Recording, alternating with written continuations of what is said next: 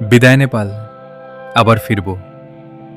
কিছু জায়গা থাকে যেখানে যাওয়ার আগে কোনো অনুভূতি থাকে না, কিন্তু সেখান থেকে ফিরে আসার সময় মনে হয় নিজের একটা অংশ যেন সেখানেই রেখে যাচ্ছি। আজ ৩০ মার্চ ২০২৬। আজ বাড়ি ফেরার দিন।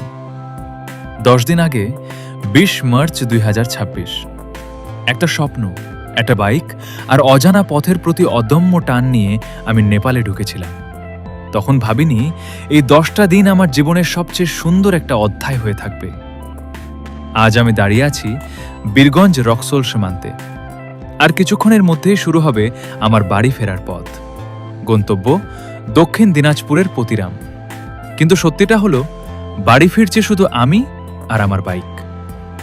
আমার মনটা এখনো রয়ে গেছে নেপালের পাহাড়ে, সেই বরফ ঢাকা চূড়াগুলোর কাছে, সেই আঁকা বাঁকা পাহাড়ি রাস্তাগুলোর মাঝে, সেই ঠান্ডা সকালের হাওয়ায়, সেই ঝর্ণার শব্দে, আর সেই অসংখ্য মুহূর্তে যেগুলো হয়তো কোনো ক্যামেরা পুরোপুরি ধরে রাখতে পারেনি।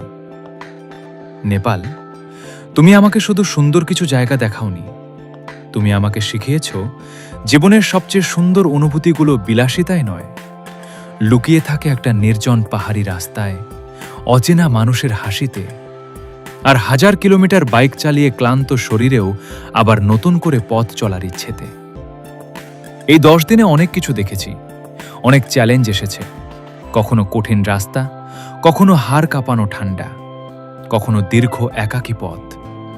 কিন্তু আজ মনে হচ্ছে এই প্রতিটা কষ্টই আসলে আমার জীবনের সবচেয়ে মূল্যবান স্মৃতি। কারণ গন্তব্য নয়, পথটাই আমাকে বদলে দিয়েছে।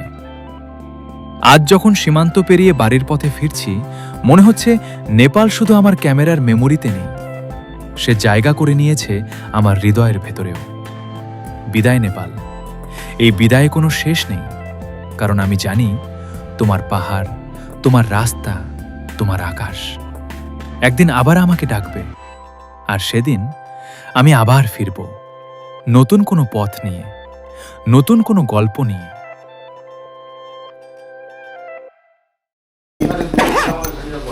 Good morning. আজকে আমরা চলে এসেছি বীরগঞ্জ। সকাল সকাল বেরোচ্ছি। আজকে ৬০০ কিলোমিটার মতো রাস্তা আছে আমাদের বাড়ি পৌঁছাতে। এই যে এইখানে আমরা ছিলাম ৩ তলায়। রুমটা ঠিক ছিল, ৬৫০ টাকা নিয়েছিল, নিবে হয়তো ইন্ডিয়ান। লাগেজ যা ছিল ফুল ওরকমই রেখে দিয়েছিলাম। পরপর ৩টায় আছে। এইখান থেকে পরে ভয়েস ওভার দিতে হয়, কারণ যে পরে দেখছিলাম কোনোভাবে মাইকটা, ডিজের যে মাইকটা আমার আছে সেটা কানেক্টই হয়নি। তো ঠিক হোটেল থেকে বেরিয়েই জাস্ট রাস্তার ওই পারে আমরা ওখানে ৫-১০ মিনিট একটা ব্রেক নিয়েছিলাম। মানে বলতে পারো সকালবেলা চা খাওয়ার জন্য। চা, বিস্কুট, চাটা যথেষ্ট ভালো ছিল। আমরা আরেকটা করে চা নিয়েছিলাম, মানে একটা খাওয়ার পর আবার একটা নিয়েছিলাম। তারপর সোজা রওনা দিয়ে দিয়েছিলাম আমাদের ইন্ডিয়া নেপাল বর্ডারে। আর সেখান থেকে জাস্ট ৫-৭ মিনিটেরই রাস্তা ছিল। আর রাস্তা যথেষ্ট সুন্দর আর পরিষ্কার পরিচ্ছন্ন। আর কিছুটা রাস্তা যাওয়ার পরেই দেখতে পাচ্ছ নেপাল পুলিশ আমাদেরকে আটকায় এবং আমাদের বানসার যে আছে সেটা কিন্তু দেখতে চায়। क्या चाहिए बंसार?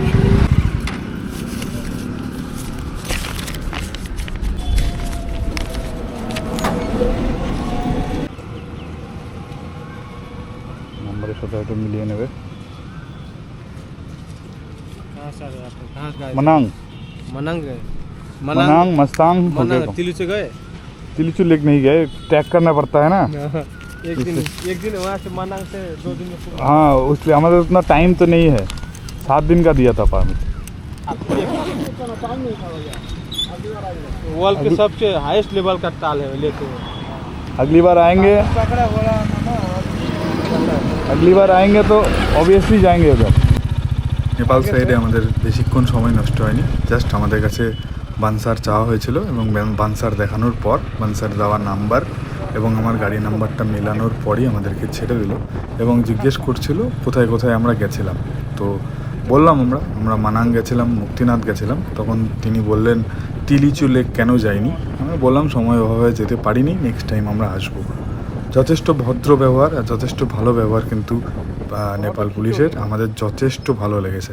আর এই যে দেখতে পাচ্ছ, গল্প করতে করতে পার করে ফেলেছিলাম ইন্ডিয়া নেপাল বর্ডারের যে গেট, মানে নেপাল এন্ট্রির যে নেপালের গেট, সেই গেটটা।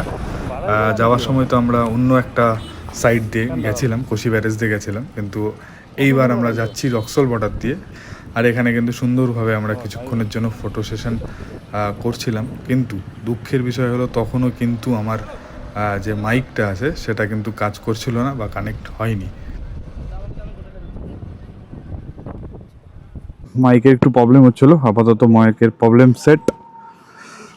দেখতে পাচ্ছ এই যে নেপাল গেটের সামনে আমরা ছবি তুললাম, অনেকটা সবাই ছবি তুললো। ছবি তুলে এবার ঢুকে যেতে হবে ইন্ডিয়ায়।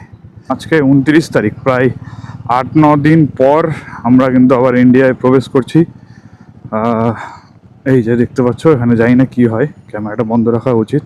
নেপালে শুধুমাত্র বনসার দেখলো, আর ইন্ডিয়াতে এসে আধার কার্ড এর সাথে আধার কার্ড দেখলো আর কি, ব্যাস। প্রায় 10 দিন আমরা দেশের বাইরে থাকার পর নিজের দেশে একটা আলাদা শান্তি।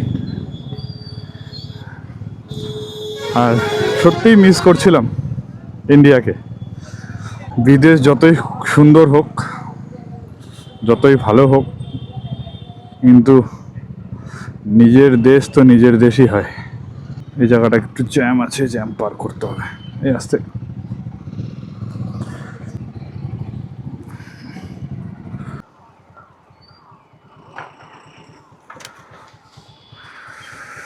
এখানে কিন্তু 106 টাকা 94 পয়সা, মানে 107 টাকা দাম। ছোড় দে। মোটামুটি 9 লিটার মতো তেল খেলো ভাই সাহেব।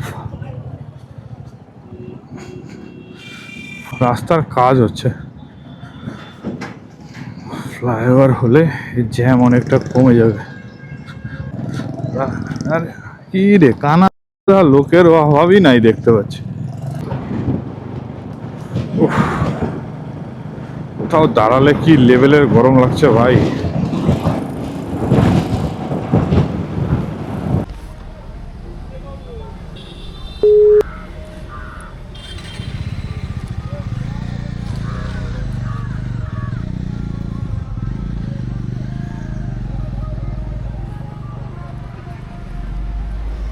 কিছু দূর যাওয়ার পরই দেখতে পাই আমার চেনের বিকট আওয়াজ হচ্ছে। তারপরে ভালো করে দেখলাম যে চেনটা ঢিলা হয়ে গেছে, একদমই লুব নেই, চেন একদম শুকিয়ে গেছে, হয়তো বৃষ্টি বা অনেকবার কাদা হয়েছে সেই জন্যই। তো লোকাল দোকান পাচ্ছিলাম না ঠিকঠাক। কিছু দূর যাওয়ার পর রাস্তার পাশে দেখলাম একটা দোকান ছিল, আর সেই দোকানে গিয়ে দাদার কাছ থেকে আমি একটু ওদের কাছ থেকেই চেন লুপ করালাম এবং চেনটাকে একটু টাইট করে নিলাম। আর তা করেই আমরা বেরিয়ে পড়লাম নেক্সট যাত্রার উদ্দেশ্যে, বাড়ি ফেরার উদ্দেশ্যে। কিন্তু ততক্ষণে কিন্তু একদম গরমে বেহাল, মারাত্মক রোদের তাপ, জানি না কত ডিগ্রি টেম্পারেচার ছিল, কিন্তু অসহ্য গরম লাগছিল। এত কিছু রাইডিং জ্যাকেট থেকে আরম্ভ করে সব কিছু পরে শুরু তো আমরা করেছিলাম ঠিকই, কিন্তু গরমে আর টেকা যাচ্ছিল না। অনেক চেষ্টা সত্ত্বেও বেশি দূর আর গাড়ি নিয়ে এগোতে পারলাম না। একেই গরম, তার উপরে মারাত্মক খিদে পেয়েছে, তাই আর দেরি না করে পাম্পের পাশে থাকা ধাবায় বসে পড়লাম আমরা খাবার খেতে। কিন্তু গিয়ে শুনি খাবার কিন্তু এখনও রেডি হয়নি।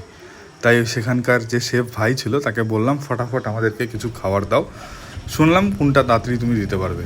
তো সে বললো আমি চিকেন তাড়াতাড়ি করে দিতে পারবো রেডি। বললাম ঠিক আছে চিকেনই দাও।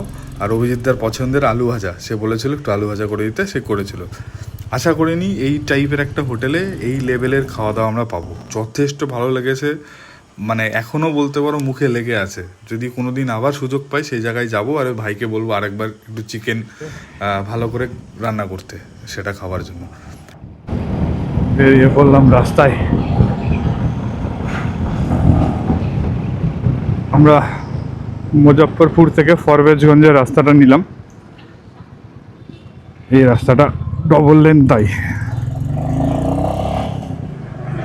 রাস্তাটা একটু লং কিন্তু ডবল লেন।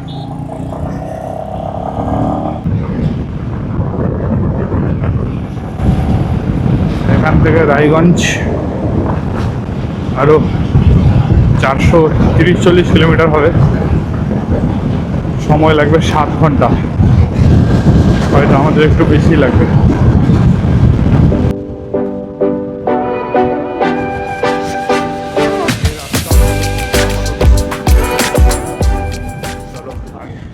লাইন দিয়ে লোক তেল ভরাচ্ছে রে ভাই। এখানে তেলের দাম 106 টাকা 35 পয়সা। हमको काम करने आधे मिनट से बैठा हुआ टेबल पे मिल दिया कितना है सर फुल छोड़ दो, और डालूं छोड़ दो, 807 ही कर दो, ऑनलाइन देंगे, क्या दिक्कत है। এখানে মনে হয় সবাইকে পেট্রোল দিচ্ছে না, হয়তো আমরা বাইরে থেকে এসেছি তাই আমাদেরকে দিল, জানি না কি সত্যি কি মিথ্যা। আগে যে পেট্রোল পাম্প থেকে তেল ভরালাম সেখানে কিন্তু লোকাল যে মানুষজন আছে যারা তেল ভরাচ্ছে তাদেরকে কিন্তু 100-200 টাকা করে তেল দিচ্ছে, কিন্তু অনেক রিকোয়েস্ট করার পর আমাদের কিন্তু ট্যাঙ্কি ফুল করেছে। তো অলরেডি আমার যা মনে হচ্ছে আজকে তারিখ 29 মার্চ, অলরেডি কিন্তু একটা ক্রাইসিস পরিস্থিতি তৈরি হয়ে গেছে বা যেতে পারে। আমাদের হয়তো যা কিলোমিটার আছে আর একবার হয়তো তেল ভরাতে হবে, তাহলেই আমাদের কমপ্লিট, বাড়ি পৌঁছে যেতে পারবো। তো ঘড়িতে সময় 4:11 আর আমরা 270 কিলোমিটার রাস্তা পার করে এখন এই জায়গাটার নাম হলো মাঝহাড়ি।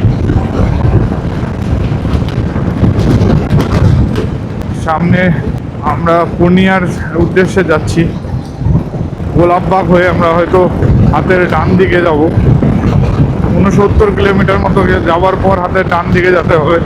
পূর্ণিমা মোটামুটি 130 কিলোমিটার মতো হবে। একটু আগে প্রচণ্ড মানে কি বলবো ক্লান্তিকর লাগছিল, আজকে না মারাত্মক গরম 1, আর 2 নম্বর মানে রোদের খুব প্রচণ্ড তাপ, প্রচণ্ড গরমে একদম ডিহাইড্রেট হয়ে গেছে শরীর। এইভাবে যাচ্ছি, অনেকবার স্টপেজ নিয়েছি এই 270 কিলোমিটার রাস্তা যেতে। চলো টোল চলে এসছে, ব্রিজগুলোকে না খুব সুন্দর লাগে, দেখতে পাচ্ছ কত বড়, আর নদী কিন্তু মারাত্মক চওড়া, জল একটু কম আছে এখন, সেরকম বৃষ্টি বাদলের বর্ষার দিন না, জল একটু কম আছে। পাশ দিয়ে কিন্তু রেল ব্রিজ, আর ঠিক তার পাশে এরকম 4 লেনের ব্রিজ, আর বেশ বড় আর সুন্দর করে সাজানো, রাত্রেবেলা করে কিন্তু লাইটও পর্যন্ত জ্বলে, খুব ভালো লাগে দেখতে এই ব্রিজগুলো পার করতে। আর রাস্তা তো একেবারে টার্নাক, ওই টোল পার হওয়ার পর রাস্তা কিন্তু বেশ ভালো, আপ টু পূর্ণিয়া আপনি মোটামুটি ভালো বলা যেতে পারে।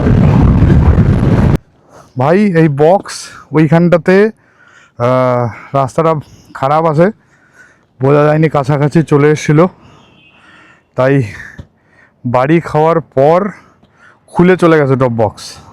কিন্তু দেখো এই একটু একটু ফাটাফাটি ছাড়া, ফাটাফাটি বলতে কি ছিলে গেছে খালি, তাছাড়া ওইখানে চলে গেছিলো বক্স, ওইখানে জাস্ট।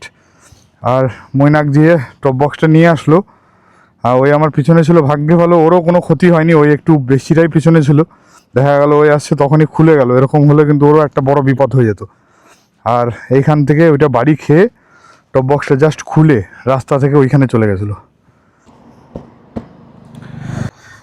চলো এইটাকে খুলে নিয়ে টপ বক্সটা কয়েকবার বাঁধে দিই, না এখান থেকে বোঝা গেল টপে টপ বক্সকে একদম সেট করে রাখতে হবে, না হলে যে কোনো সময় খুলে যেতে পারে। লক করা ছিল, কি লক করা ছিল আমি ঠিক বলতে পারবো না।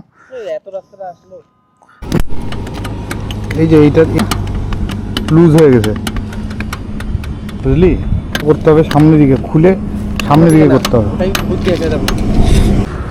ছোট্ট পট হোল ছিল এই যে দেখতে পাচ্ছ এখানটাতে, এটা খুলে গেছে, এটাকে পরে লাগানো যাবে।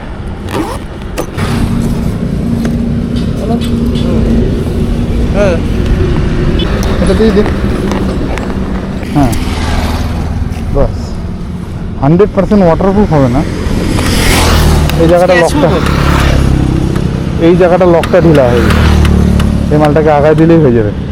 না ওখানে যে ব্যবস্থা করে গ্যারেজ থেকে গাড়ি দাঁড় করালে গাড়িরও রেস্ট হয়ে যাবে। জাস্ট দেখাই দিই কোন জায়গাটা গেছিল, ওইখানে, ওইখান থেকে টপ বক্সটা আমরা উঠালাম, উঠে নিয়ে এসে সেট করলাম। টপ বক্সে কিন্তু সেরকম কিছু কোনো রকম কোনো সমস্যা হয়নি, জাস্ট এই যে এই জায়গাগুলো একটু ছিলে গেছে, আর এইখানটাতে ছিলে গেছে, এইখানটাতে ছোট্ট একটা ক্র্যাক দেখা যাচ্ছে, এই যে হয়তো এইভাবে পড়েছিল। তো সবথেকে বড় কথা, টপ বক্সে প্রবলেম নেই, এই যে লক যেটা আছে এই লকটা কিন্তু ঢিলা হয়ে গেছে, এই লকটাকে দেখতে হতো।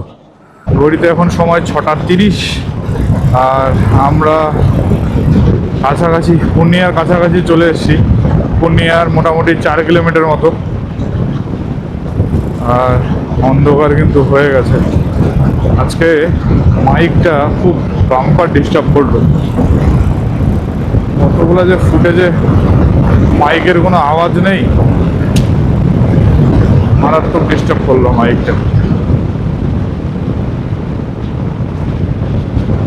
আমরা সকালে রওনা দিয়েছিলাম রক্সল থেকে মোটামুটি 7:30টার দিকে,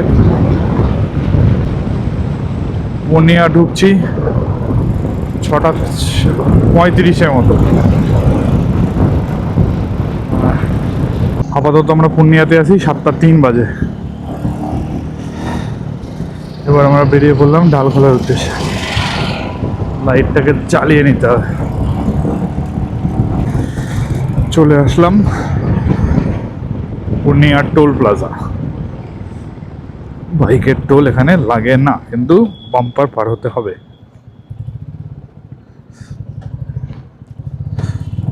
ঘড়িতে সময় 7:41, আর আমরা আজকে 446 কিলোমিটার অলরেডি রাস্তা চালিয়ে ফেলেছি। রক্সল বর্ডার থেকে একেবারে বাড়ি অবধি আজকে যাব, প্রায় মোটামুটি 650 কিলোমিটার নন স্টপ জার্নি। আবার বলছি, এই জায়গাটা আমার একদম ফেভারিট জায়গা, এই রাস্তা, ঠিক আছে? এত সুন্দর লাগে, দেখো জাস্ট লাইটগুলো এত সুন্দর করে ওভারব্রিজগুলো দেওয়া আছে না, দেখার মতো। এই ফ্লাইওভারটাই আমার মানে সবচেয়ে সুন্দর লাগে, যত ফ্লাইওভার দেখেছি তার মধ্যে সবচেয়ে বেশি আলো আছে এই ফ্লাইওভারে। আর রাত্রেবেলা হোক আর দিনের বেলা তো হয় না, রাতের বেলা এই এর মধ্যে যে ফুটেজটা কিন্তু সবচেয়ে বেস্ট আসে। তো বরাবরই এটা আমার ফেভারিট। দেখতে পাচ্ছ আমরা কিন্তু রায়গঞ্জ আর 34 কিলোমিটার কাছাকাছি, আমরা 8:20-25 কিন্তু রায়গঞ্জ ক্রস করব। এখন রায়গঞ্জে দাঁড়ানো হয় কি না দেখা যাক। একেবারে জিওবিপি পাম্প কালিয়াগঞ্জ, সেখানে কিন্তু আমরা পেট্রোল ফিল আপ করবো, এটা আপাতত প্ল্যান আছে। এবার দেখা যাক কি হয়। আর রায়গঞ্জ বাইপাসের রাস্তা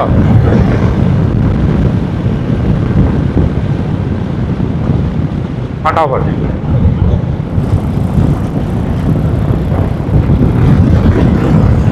দেখো এই রাস্তাটা কিন্তু খুব তাড়াতাড়ি বড় করা দরকার, না হলে আমার না সবারই প্রায় কিন্তু অসুবিধা। তো আমরা কিন্তু কথা বলতে বলতে হেমতাবাদ পৌঁছে গেলাম, জাস্ট একটু আগেই হেমতাবাদ থানা ক্রস করলাম, হেমতাবাদ বাস স্ট্যান্ডের রাস্তা ক্রস করলাম। আর জাস্ট এই জন্যই ভিডিওটা অন করলাম যে এই রাস্তাটাকে কিন্তু বড় করা উচিত। প্রায় অনেক বছর ধরে আমি দেখে আসছি, এই রাস্তায় চলাচল করি আমি, বাইক নিয়ে হোক বা গাড়ি নিয়ে। এই রাস্তাটা কিন্তু খুব অসুবিধা হয় এতটা ছোট রাস্তা হওয়ার জন্য।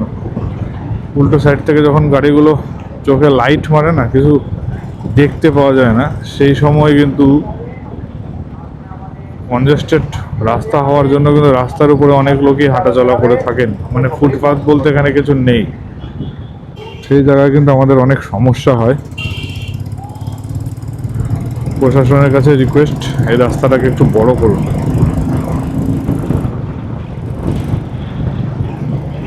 এবার সোজা বেরিয়ে যাব কালিয়াগঞ্জ, আর সেখানে একটু পেট্রোল ফিল আপ করতে হবে।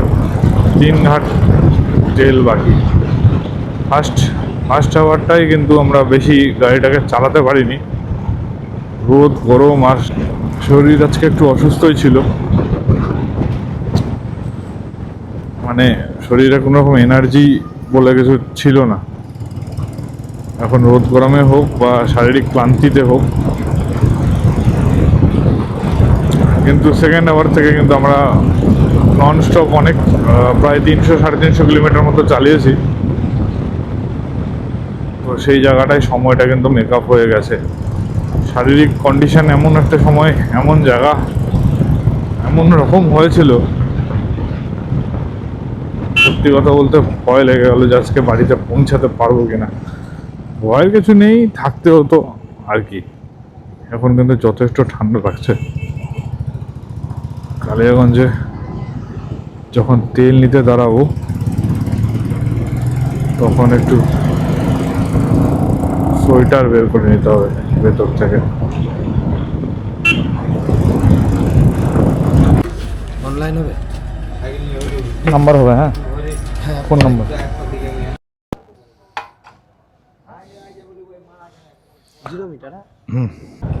ঘড়িতে টাইম 9:57, আর আমরা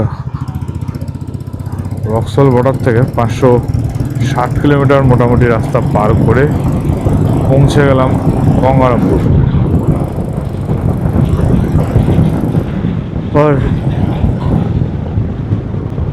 আর আমাদের বাড়ি এখান থেকে আর 35 কিলোমিটার। গঙ্গারামপুরে কিন্তু রাত 10টাতেও কিন্তু লোকজন চলাচল করছে, চারিদিকে আলোতে ঝলমল। ঠিক আছে,